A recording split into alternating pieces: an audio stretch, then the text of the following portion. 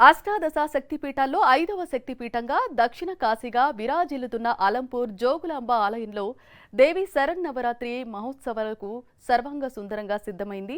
9 రోజుల పాటు వైభవోపేతంగా నిర్వహించే ఈ ఉత్సవాలకు వివిధ ప్రాంతాల నుంచి భక్తులు అధిక సంఖ్యలో తరలివచ్చి ప్రత్యేక పూజలు నిర్వహించారు. సోమవారం నుంచి రోజుకో రూపంలో దర్శనమిచ్చే అమ్మవారిని భక్తులు దర్శించి తమ మొక్కులు చెల్లించుకుంటారు. ఈ నేపథ్యంలో 5వ శక్తిపీఠం జోగులాంబ ఆలయంపై సాక్షి టీవీ ప్రత్యేక కథనం. జోగులాంబ గద్వాల జిల్లా ఆలంపూర్లో జోగులాంబ అమ్మవారు బాలా బ్రహ్మేశ్వర స్వామి కొలువై ఉన్నారు.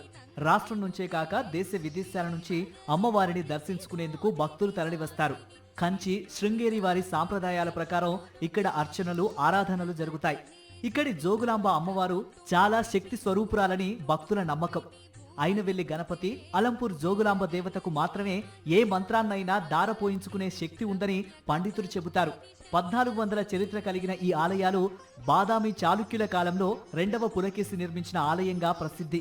కాలక్రమేణా ఆలయాలు శిథిలావస్థకు చేరుకోవడంతో 18 ఏళ్ల క్రితం తిరిగి పునర్నిర్మాణం చేశారు.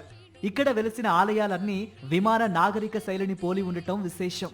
జోగులాంబ ఆలయాల శిల్పకళా సౌందర్యం గురించి ఎంత చెప్పినా తక్కువే, ఎంత చూసినా తనివి తీరనిదే. తుంగభద్ర నదీ తీరాన ఉన్న ఈ శక్తిపీఠం చాలా ప్రతిష్టాత్మకమైనదే కాక శక్తివంతమైనదిగా పండితులు చెబుతున్నారు. ప్రధానంగా ఇక్కడ జోగులాంబ అమ్మవారు బాల బ్రహ్మేశ్వరుడితో పాటు దేశంలో మరెక్కడా లేని విధంగా నవబ్రహ్మ ఆలయాలు ఉన్నాయి.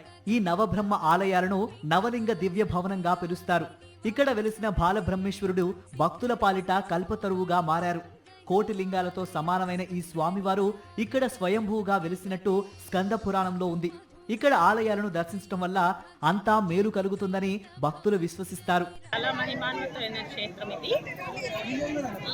ఈ ఆలయానికి వస్తే ఎంతో ఆహ్లాదకరంగా ఉంటుంది, చాలా సంతోషంగా అనిపిస్తుంది. ఇక్కడికి వచ్చిన వారికి అందరి వాళ్ళు కోరిన కోరికలన్నీ తీర్చుతుందని మాకు నమ్మకం బాగా ఏర్పడింది. అంటే ఓల్డ్ టెంపుల్ని దర్శించుకోవడం మాకు చాలా చాలా సంతోషంగా ఉంది.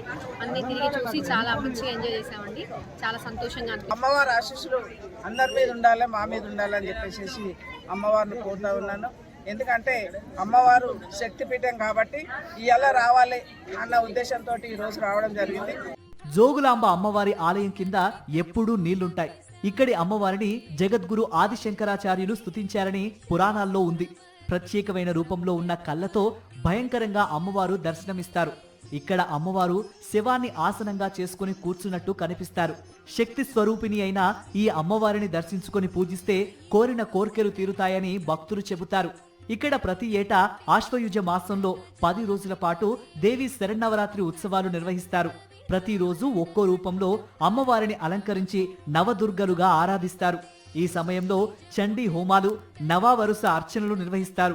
నవరాత్రుల్లో సుదూర ప్రాంతాల నుంచి భారీగా భక్తులు తరలివచ్చి అమ్మవారిని కొలుస్తారు. అక్టోబర్ 2వ తేదీ వరకు అమ్మవారు శైలపుత్రి, బ్రహ్మచారిణి, చంద్రఘంట, కూష్మాండ, స్కంధమాత, కాత్యాయిని, కాలరాత్రి, మహాగౌరి, సిద్ధధాత్రి రూపాలలో భక్తులకు దర్శనమిస్తారు.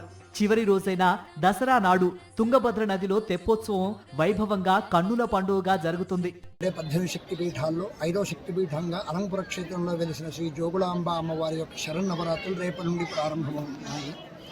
ఇక్కడ ఈ క్షేత్రంలో మనం చండీ సప్తశతి స్వరూపంలో ఇక్కడ అమ్మవారిని ఆరాధిస్తాము.